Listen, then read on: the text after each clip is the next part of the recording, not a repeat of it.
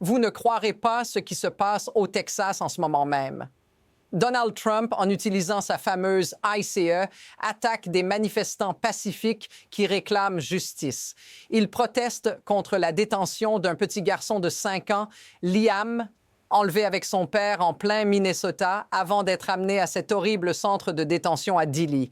Mais voici le truc, ce n'est pas seulement une autre protestation, c'est un tournant. Ce qui se joue ici pourrait bien redéfinir la manière dont nous voyons la politique d'immigration aux États-Unis et la façon dont les autorités traitent les voix de la dissidence. Pourquoi tout cela importe-t-il pour vous, ici et maintenant? Parce qu'on ne peut pas fermer les yeux sur cette escalade. Ce n'est qu'un début. Ce qui se passe au Texas pourrait bien arriver chez vous. Restez bien avec nous. Ce que vous n'entendez pas encore pourrait tout changer. Au Texas, la situation est sur le point de devenir incontrôlable. Ce n'est pas juste une manifestation isolée. Ce qui se joue ici est la pointe d'un iceberg. Les manifestants ne protestaient pas seulement contre l'enlèvement d'un enfant, mais contre un système entier qui semble prêt à tout écraser sur son passage. Ce centre de détention à Dilley est devenu bien plus qu'un simple lieu de confinement. Il est devenu un symbole d'une politique d'immigration qui défie toutes les attentes. Alors, pourquoi personne ne parle-t-il de ce qu'il y a derrière cette violence? Pourquoi les autorités déploient-elles des moyens militaires pour faire taire une protestation pacifique? Ce n'est pas qu'un problème local. Cette situation montre une tendance de fond, un glissement inquiétant vers un contrôle total. Mais voici la vraie question. Que se passera-t-il si d'autres États suivent l'exemple du Texas? Et pourquoi ce silence sur la brutalité qui se déroule juste sous nos yeux? Donald Trump, avec sa fameuse ICE, ne recule devant rien. La scène qui se déroule à Dilley n'est pas un simple affrontement. C'est une attaque directe contre des citoyens pacifiques qui osent demander justice. Alors qu'ils manifestent pour la libération de Liam, un enfant de 5 ans, l'ICE déploie des gaz lacrymogènes et des balles en caoutchouc. Et pendant que les manifestants sont écrasés sous des jets de gaz, qu'entend-on de la part des autorités? Rien, pas un mot. Les forces de l'ordre utilisent une force excessive sans raison. Ce qu'ils ne disent pas, c'est que cette violence n'est pas accidentelle. Elle fait partie d'un plan beaucoup plus vaste de répression. Regardez de plus près cette scène. Des policiers en tenue anti-émeute, des caméras saisissant chaque instant, mais rien sur ce qui se passe réellement derrière les murs de ce centre de détention. Voilà ce qu'on ne vous dit pas. Ce qui est arrivé à Dilley n'est pas un accident, c'est un avertissement. Et ça change la manière dont on doit regarder ce gouvernement. Ce n'est pas tout. Ce que les autorités font à Dilley dépasse largement les limites de l'acceptable. L'attaque des manifestants pacifiques n'était qu'un prélude. Regardez maintenant ce qui se cache derrière les murs de ce centre de détention. Les conditions sont inimaginables. Des hommes et des femmes sont entassés dans des conditions inhumaines, soumis à une surveillance constante pendant que des cris d'angoisse résonnent à travers les murs. Un avocat expulsé du centre capture un instant avant de se faire évacuer et ce qu'il entend est terrifiant. Des détenus hurlent « Aidez-nous! Laissez-nous sortir! » Mais aucune aide ne vient. Au lieu de cela, une autre scène se déroule à l'extérieur. Des membres de la communauté et des groupes de défense des droits humains sont attaqués, gazés et brutalement repoussés. Et pendant ce temps, Trump reste silencieux. Ce que ça révèle, c'est une contradiction évidente. La rhétorique de loi et ordre du gouvernement entre en conflit direct avec la réalité sur le terrain. Leurs actions ne coïncident plus avec leurs mots. Ce décalage entre discours et action ne fait qu'empirer. L'escalade ne s'arrête pas. Juste après l'attaque des manifestants, la situation devient encore plus chaotique. Des milliers de citoyens, des membres de syndicats, des défenseurs des droits humains se sont rassemblés à Dilley pour exiger la libération des innocents détenus. Mais au lieu de réponse, ils se retrouvent face à une violence aveugle. En l'espace de quelques heures, les agents de l'ICE et les forces de l'ordre en tenue anti-émeute ont lancé plusieurs vagues de gaz lacrymogènes. Des manifestants sont tombés sous les coups, certains emmenés de force. Et puis, dans un autre coin de la ville, les autorités font monter la pression. Un autre groupe de manifestants, tout aussi pacifique, se fait brutaliser par la police.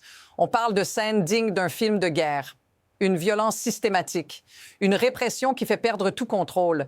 Et tout ça en pleine lumière, sous les yeux du monde. Ce que les autorités ne réalisent passe encore, c'est qu'ils viennent d'ouvrir une boîte de Pandore. Si cette situation continue, que reste-t-il de la liberté d'expression aux États-Unis? Que se passera-t-il quand les gens en auront assez de l'injustice? La question n'est plus de savoir si ça va empirer, mais de savoir jusqu'où cela peut aller. Et maintenant, la réalité frappante. Ce ne sont pas seulement des chiffres, des manifestants ou des membres de syndicats. Ce sont des vies humaines.